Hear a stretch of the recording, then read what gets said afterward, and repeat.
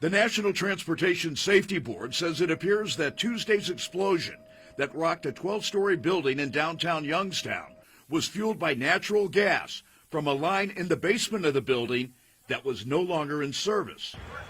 According to federal investigators, there should have been no gas in the line. It was essentially abandoned. It was not servicing the property at the time, but it was found subsequently to be pressurized, meaning it had gas in it. The NTSB says it appears the gas line was cut while a crew was attempting to complete a work project in the basement. Preliminary information suggests that work crews were present in the basement of the building for the purpose of clearing out old utility infrastructure. A possible third-party cut to the pressurized service line is a central focus of our investigation to determine the cause of the gas release and subsequent explosion. Federal investigators are focusing on what the work crew and other witnesses saw and heard before the explosion that destroyed the Chase Bank branch on the first floor, claiming the life of bank employee Akil Drake. I got it. And leaving 7 other people injured. We were down there working when the gas started pouring out of the lines.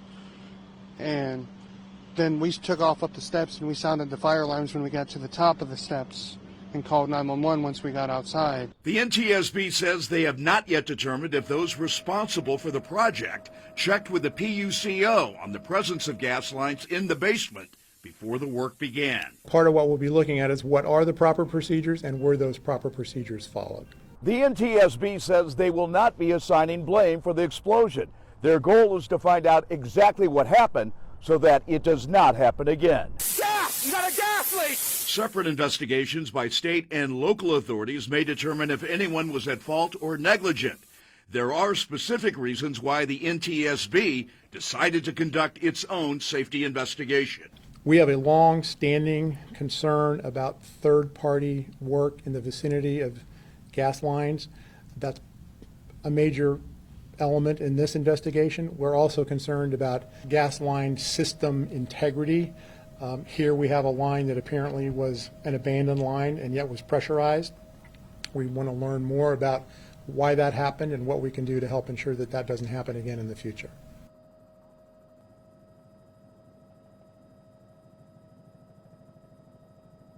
Jack Shea, Fox 8 News in Youngstown.